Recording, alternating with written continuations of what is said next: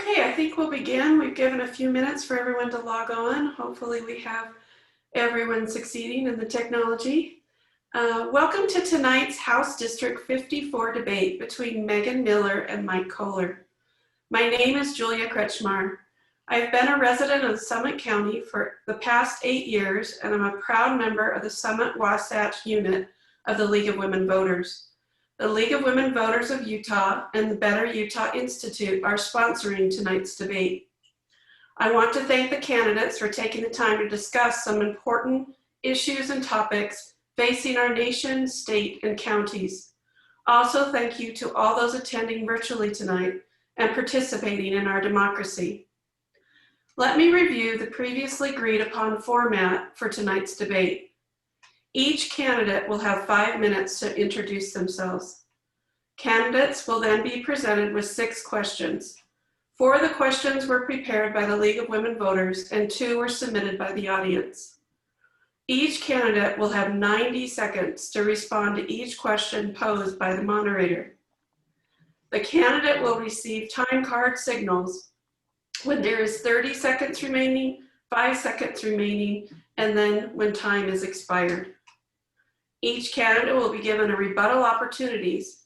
Each rebuttal shall be no longer than 30 seconds. Candidates will be offered the opportunity for rebuttal if an answer from one candidate is specifically targeted at their opponent.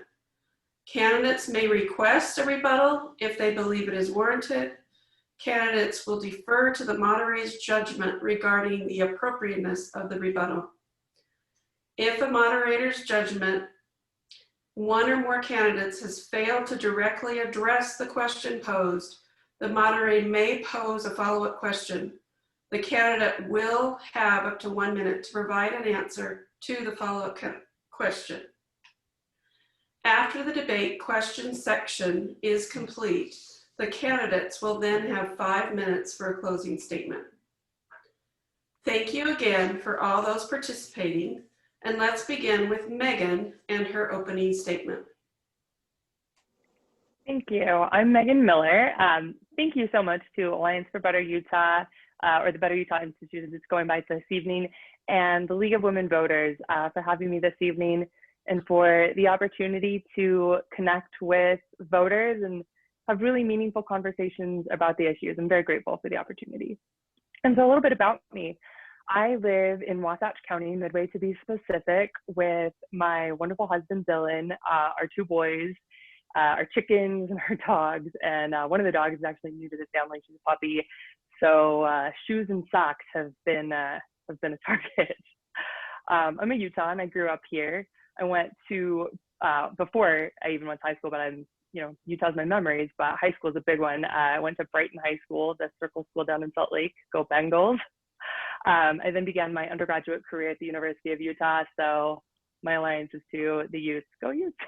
And then after finishing undergraduate, I worked for a little while and then decided that I wanted a graduate degree and was considering pursuing medical school. So I went off to graduate school where I worked full-time and I pursued a full caseload of graduate studies as well as pre-med school prerequisites. And I also ended up with a minor in mediation because I knew that to have any kind of impact, I needed to both listen and know how to hear what people were trying to tell me. After graduate school, which the last semester of, I had a brand new baby. My husband and I moved back to Utah because we decided it was time to come home. We had been out in the world and we had experienced it, and my sons deserved to be raised in Utah, which is where I was raised and had such an amazing childhood. Over my career, I've more than a decade of healthcare experience. It was my very first job right out of undergraduate, and I've worked in a variety of healthcare settings. I understand the complexities, but I ultimately found career fulfillment in the nonprofit sector. Worked for People's Health Clinic for 4.5 years before taking a once-in-a-lifetime opportunity to work for a food-focused nonprofit called Eat Awesome Things. It was so great. It is so great. Food is very near and dear to my heart, so this opportunity is incredible. And honestly, so is the opportunity to successfully run a nonprofit during a pandemic that nobody saw coming, and that somehow we're riding the wave. So I think that gives me a lot of unique perspective, which speaking of COVID, things are unprecedented. And I know firsthand a lot of the decisions that business owners are going through right now. Do you take PPE money? How do you make payroll? Are you able to keep your whole staff?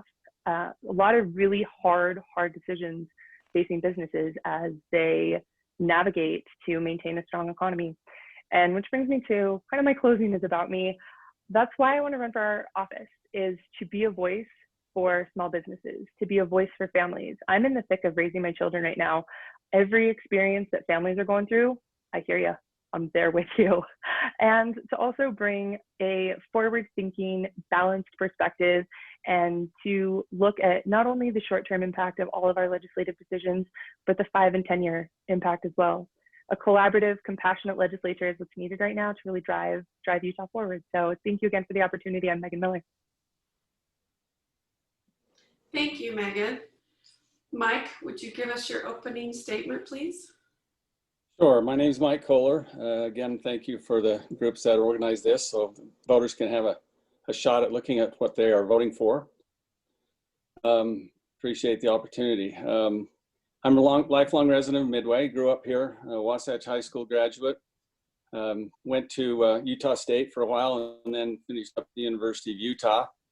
My dad and family have run a dairy farm in the Midway area for years. We're about 3rd generation now. And about the time I was in the process of getting married and also finishing up school, we had an illness to come to my father, and I came home and ran our dairy for many years. During that time, I got involved with lots of community events, both as volunteer. I coached high school in wrestling and football for about 25 years as a volunteer with that, and probably the funnest thing I ever did, except drive a tractor, I suppose. I was later on, I ran for the Wasatch County Council and spent many years there. And then subsequent to that, I eventually sold my part about 8-9 years ago, sold my part of our dairy to my brother. And I'm doing other things, one of which is I run the State Dairy Association now, representing dairy producers of the state and trying to help them both stay compliant with all the regulations that dairy farms have to face, and also trying to stay solvent in this economy with the problems with COVID and other things.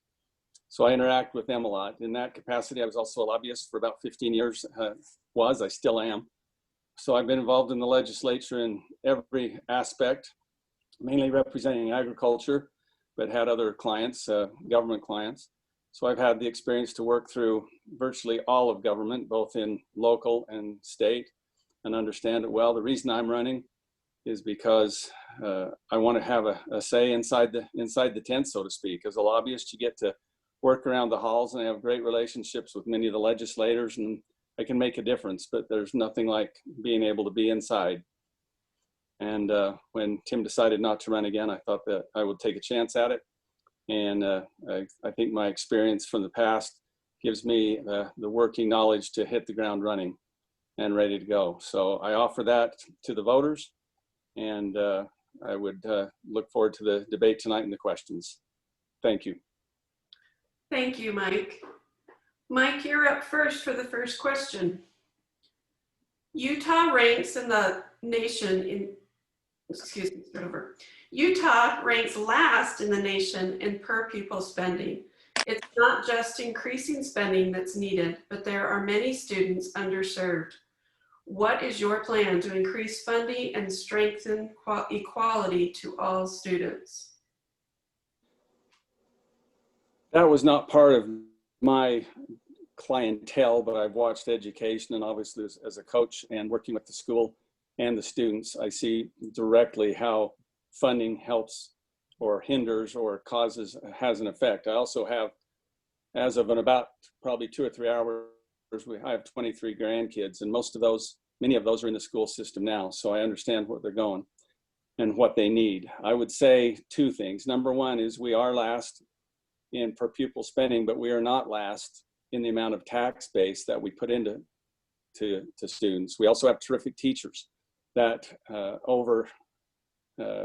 overserve, if you will, but they certainly overachieve and do a great job. The legislature in the past several years has increased funding virtually every year, trying to do their best, but not with, they're not going to push it so far that it puts the state in jeopardy, both either in tax base or in funding for the programs they need. So directly, I support education.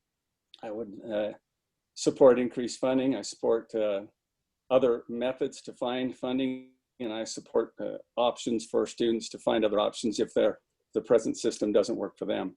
So I would support increased funding on a limited basis. Thank you. Meaghan? Yeah, so I've got 2 kids in school right now, and the importance of early childhood education is paramount in equitable outcomes for students. The skills and developmental stage that preschoolers are in is just such a critical time when it comes to grasping knowledge and being set up for the future. I do agree with Mike. We are last in spending, but our students are achieving about middle of the road, which that's hats off to our students. How incredible is that? But I think what we really need is better teacher compensation, which is a district issue. That's not a state issue. State funding for districts so that the districts have the resources needed to pay their teachers a livable wage so that they can live in the communities. The average teacher right now is about a 5-year span. Now that will change depending on your geography. In some communities, teachers have a longer career span than others, but it's low paid, a lot of work. You know, our teachers are just so incredible, and our students are really incredible, but also forward-thinking technology options for students who choose a non-alternative path, and looking at the holistic child, looking at the child as a whole and what their needs are, and honestly deferring to our experts. Our teachers and education associations really do have all the information needed. Our job as legislators is to listen to them on what they need. Thank you. Thank you. Meaghan, this goes to you first. House Bill 411 and the Renewable Energy Roadmap for Utah to have cleaner air and renewable energy is a first great step for Utah's communities. However, we still have year-round air pollution that threatens Utah's economy and residents' health. The majority of clean air energy bills have failed. What are your plans to address the need to transition to clean energy? Oh, this is such a great question. I feel very strongly about clean air. You know, one of the components that leads to our air quality in the Salt Lake Valley, and it's beginning to lead to air quality disparities in the Heber Valley, is the fact that we are in valleys. And when the cold air pressure and the warm air pressure aren't balanced, you get what's called an inversion. I'm sure a lot of us are very familiar with that, but it holds a lot of that junk in until we get a really great windstorm to blow it out. But about 50% of emissions that are troubling are from cars. So looking at more walkable communities, supporting forward-thinking ideas to minimize the need for traffic, increasing a robust public transportation system. You know, I know it's really difficult to throw money at a problem when there's not a guarantee of return. I get that, and that's scary. So I think it's bringing communities together. What do you need to create or to increase walkability? We just had an amazing airport expansion. Airport, airplane jet stream is, I forget the term, I apologize, but airplanes cause a lot of air pollution.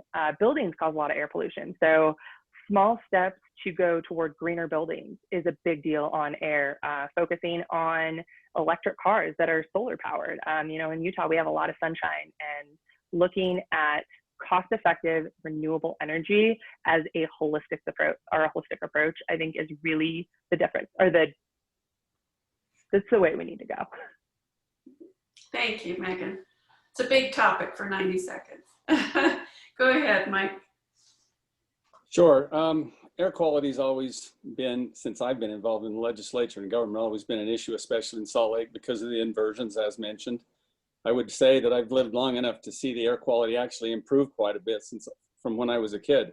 And certainly car exhaust pipes cause a lot of it now, and that's not going to do anything but increase, and we have a love affair with our cars. So as Meaghan said, walkable communities is a great idea, but it doesn't serve the vast community. Last year, in fact, for 3 years now, both in federal and state government aspects. They've been working on replacement of major diesel engines. Last year they talked about and actually incentivized the railroad switching yard out at the north part of town there to switch some of their engines that just work inside the yard, and they had explanations of how much how much pollution that took out. So that works, and we can make little steps like this. The only thing I would say that in most cases, I would support ways to clean up our air that are market driven.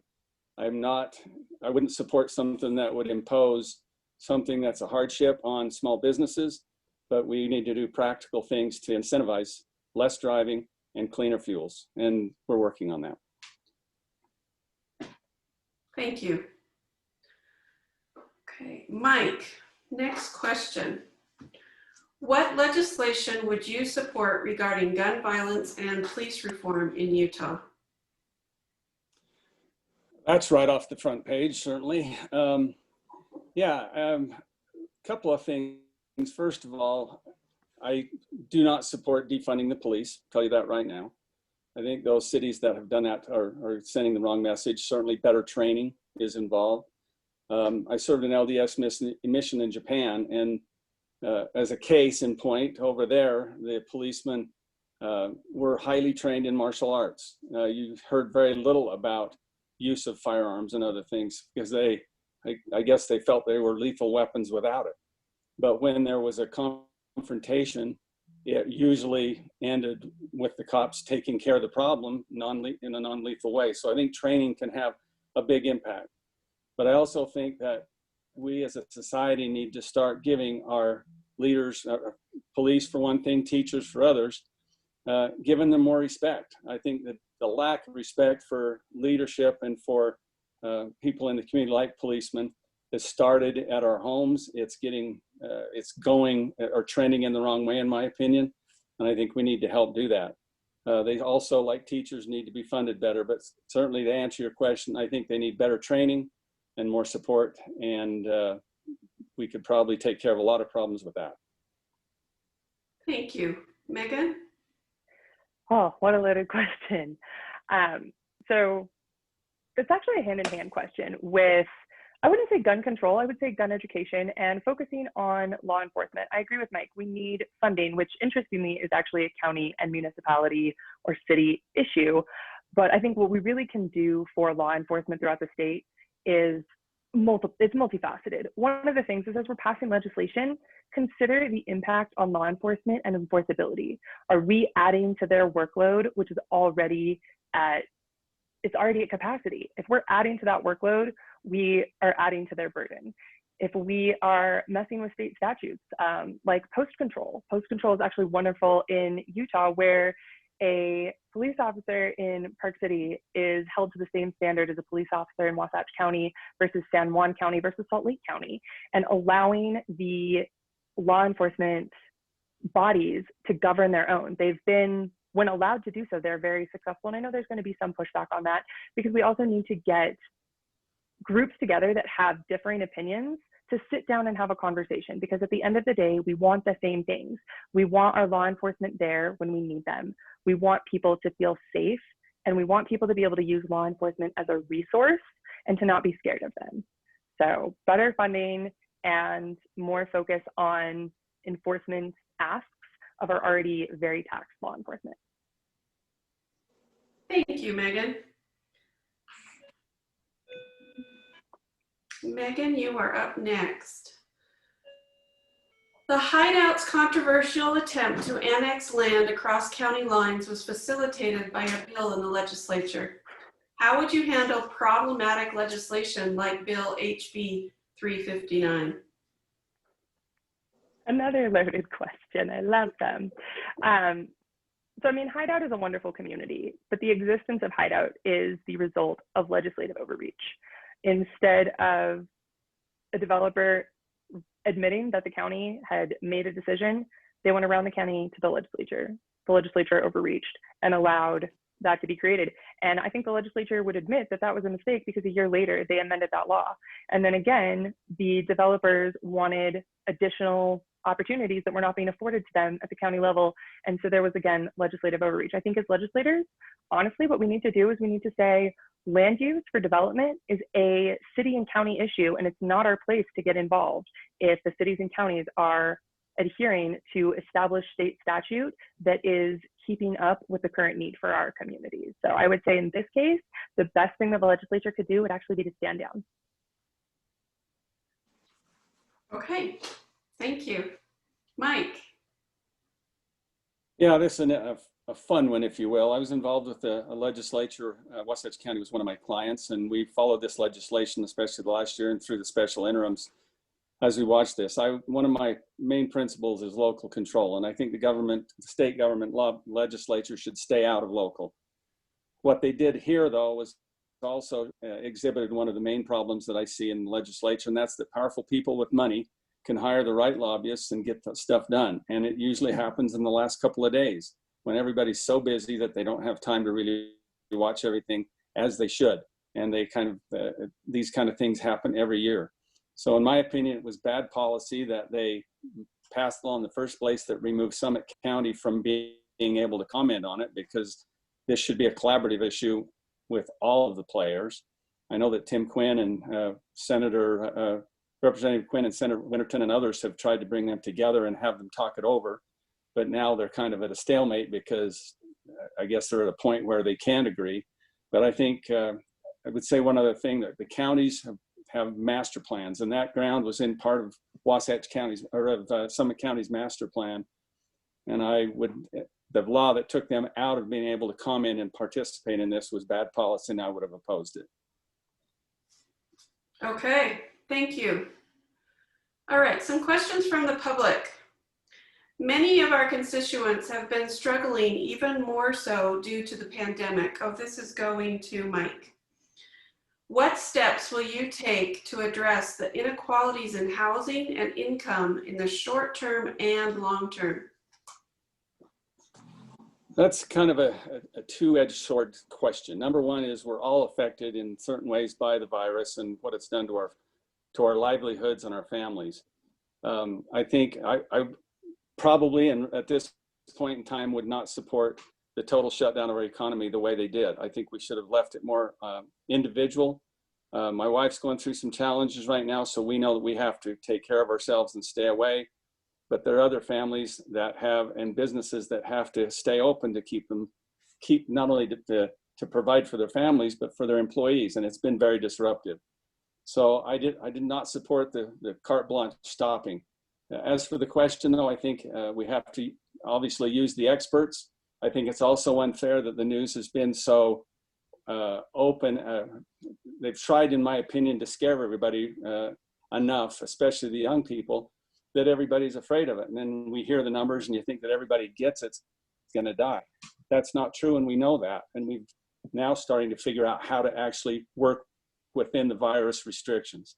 So we follow our experts, but we leave it to individuals and businesses to do the best they can to make those, to accommodate them. In the dairy industry where I am, it's been a terrific hit, but we have to stay working and we have to feed our population. So I would support freedom to the people and publish guidelines and let them deal with it. Thanks, Mike. I would like to follow up just a little bit about housing and income for those that don't have it now because of the pandemic, and what you might be able to do with the legislature to help those people. Okay, I know that there has been several, both state and national, mandates that came out against evictions to help people like that, so they didn't get kicked out.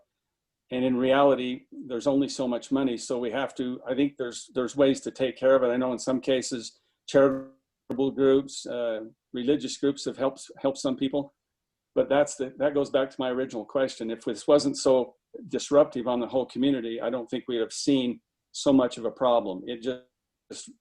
It was so all encompassing that everybody that was on the margins were in trouble, because most of the time they lost their jobs and they couldn't pay the bills, and then they can't pay the rent, so the people they're renting from can't pay their bills, and it goes through that. I don't think it's government's place to bail us out forever. So I think we've got to look through that. The state's been working on a tax issue that's going to come into this legislature that's going to affect some of this. We've got to work on it, but I don't support government controls all the time. Thank you. Meaghan. Oh, this is a big topic. I mean, COVID upended our lives. It was completely unprecedented.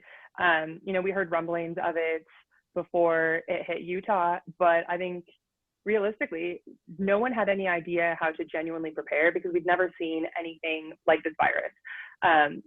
Historically, we can read through the historical data of the Spanish flu of 1919, 1918. Right now, we're living the historical data of what's being created around COVID. And, I think part of the challenge has been that as a health department, we can't rely on the standard health practices of if you're younger, if you're healthy, if you eat well and are well rested, even if you get it, it may not be that big of a deal. There are people with chronic health illnesses that are in the ICU and they're in there for weeks, which requires a lot of resources and it's incredibly expensive. And some of those people in the ICU don't have those chronic health illnesses. It's very difficult for us as a community to really pinpoint that. So I think having a little bit of grace on the fact that we're in the historical data point, and I do support the state and national moratoriums on eviction. You have to keep people in their homes if you want to keep them safe. And for income, I think we're going to have to get creative. You can't put all the burden on charitable organizations because they don't have ways to raise money outside of asking for donations and grants for the most part. So creative thinking is really going to be the #1 priority of the legislature. Thank you. All right, for our last question of the evening, what do you see the role of lobbyists in the legislature versus listening to the constituents of people's needs? And that goes to Meaghan first. This is a very double-edged question. Both have their place. As legislative representatives, we're representing our district. We're supposed to represent the collective voice. Well, you have a variety of views on the spectrum, and so regardless of how you vote, you're going to upset someone, but not all constituents are experts, and that's what lobbyists are supposed to be, is experts in special topics, so that as legislators, because none of us are going to be experts in all areas. We're all experts in kind of our own rights, which is wonderful, but you need someone to be able to give you the raw empirical data, to be able to give you the stories of some special interests. Now, do I think lobbyists should be weighted heavier? No, I think it's a 50-50 balance. The lobbyists are there to educate, to provide you with information about specific legislation that affects a very specific industry. But ultimately, at the end of the day, our decisions affect our constituents, and they affect our constituents for more than a few months. They can affect our constituents for 10 and 15 years. So decisions happening today at the legislature, well, not today, but decisions that happen in the 2021 session are going to have an impact for an entire generation unless they are legislatively redacted or amended later, which is additional work. So I think a balance between lobbyists and constituents and doing what's best for the greater good is essential to a strong Utah moving forward. Thank you. Mike? Yeah, this is kind of down my alley. I've lobbied for many years and as a counsel worked with the legislature before. And I would tell you this, my role was an educator. When I first got into watching the legislature, we had probably 40 or 50 actual agriculture producers in the legislature. So I didn't really have to do a lot, they could. In the last several years, we've gotten down to where I had nobody in the legislature that was making 100% of their income on agriculture. So to educate somebody from West Valley, a legislator who didn't have any knowledge, was important because they voted on things that affect us. So education was #1 as a lobbyist. #2, I got my constituents involved. In other words, if I had an issue having to do with the dairy, I would call and I had ways to get a hold of them. So my dairy people in Cache Valley would call their representatives and senators and get them involved, and we all knew what was going on. So it was a joint thing.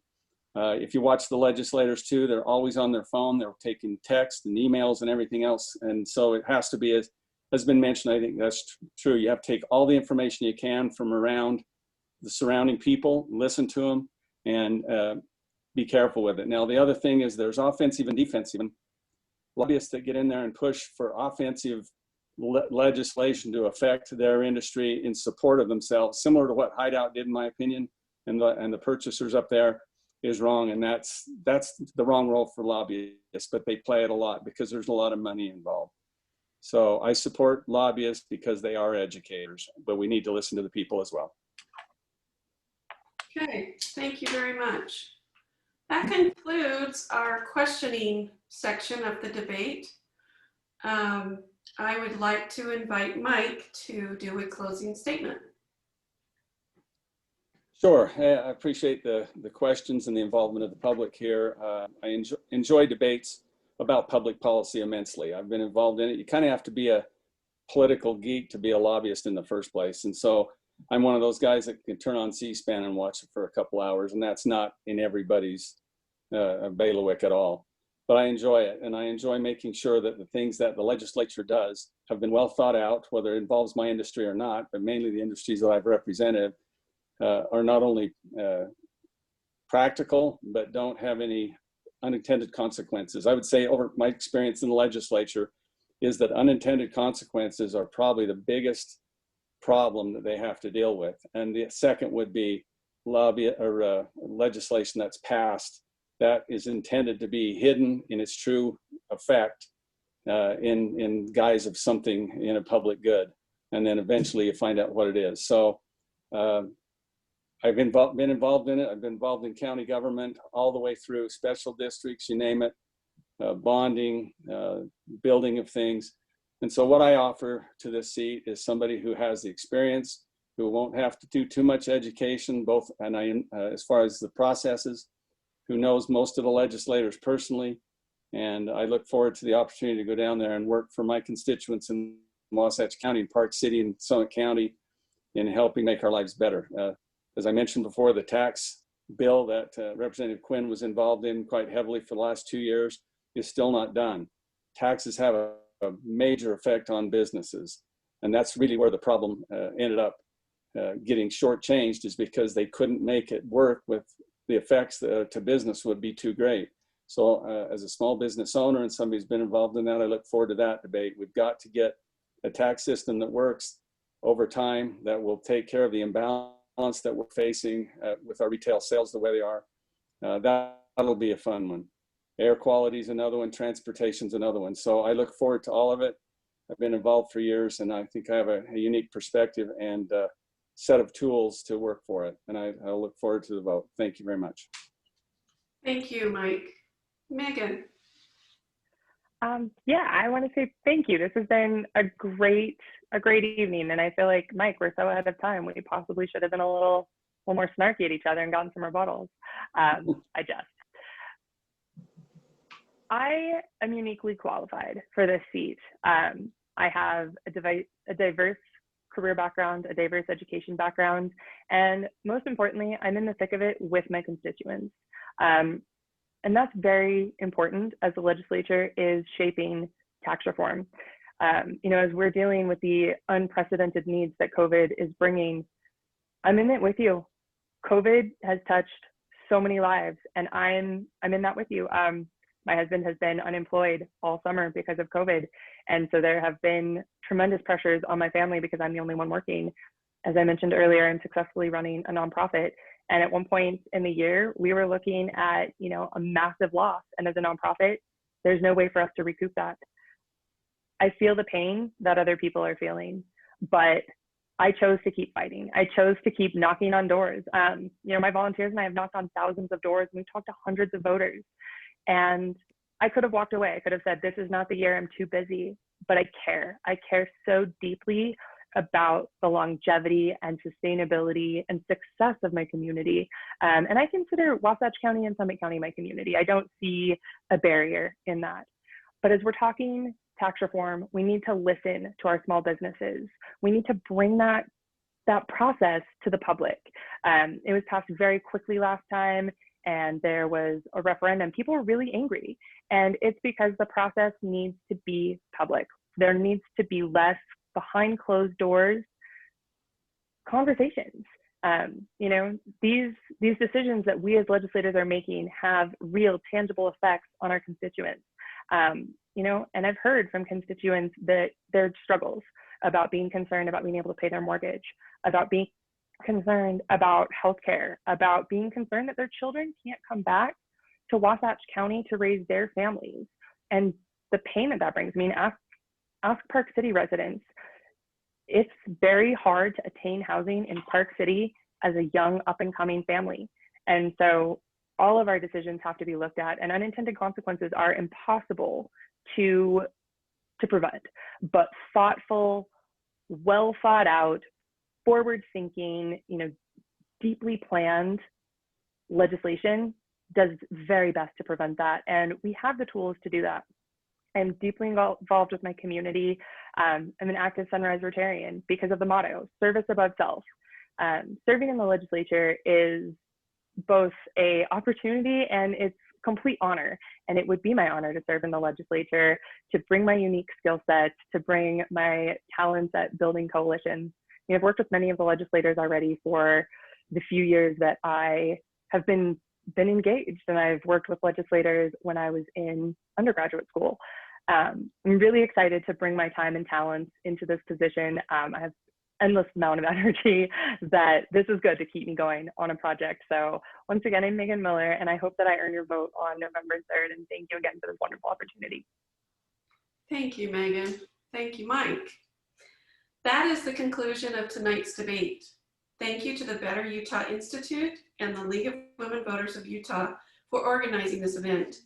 Be sure to log in to vote411.org or betterutah.org for the most up-to-date information on the upcoming 2020 election. October 23rd is the deadline for registering to vote. Ballots will be mailed to all registered voters the week of October 12th. Voters are encouraged to return their mailed ballots as soon as possible. Your ballot must be postmarked no later than November 2nd. You can send your ballot through the United States Postal Service or drop it in your local ballot box. I want to thank Meaghan and Mike for agreeing to debate tonight. I want to hope everyone is having a wonderful evening. We hope that this was an informative evening, and thanks for joining us tonight virtually. Good night. Thank you.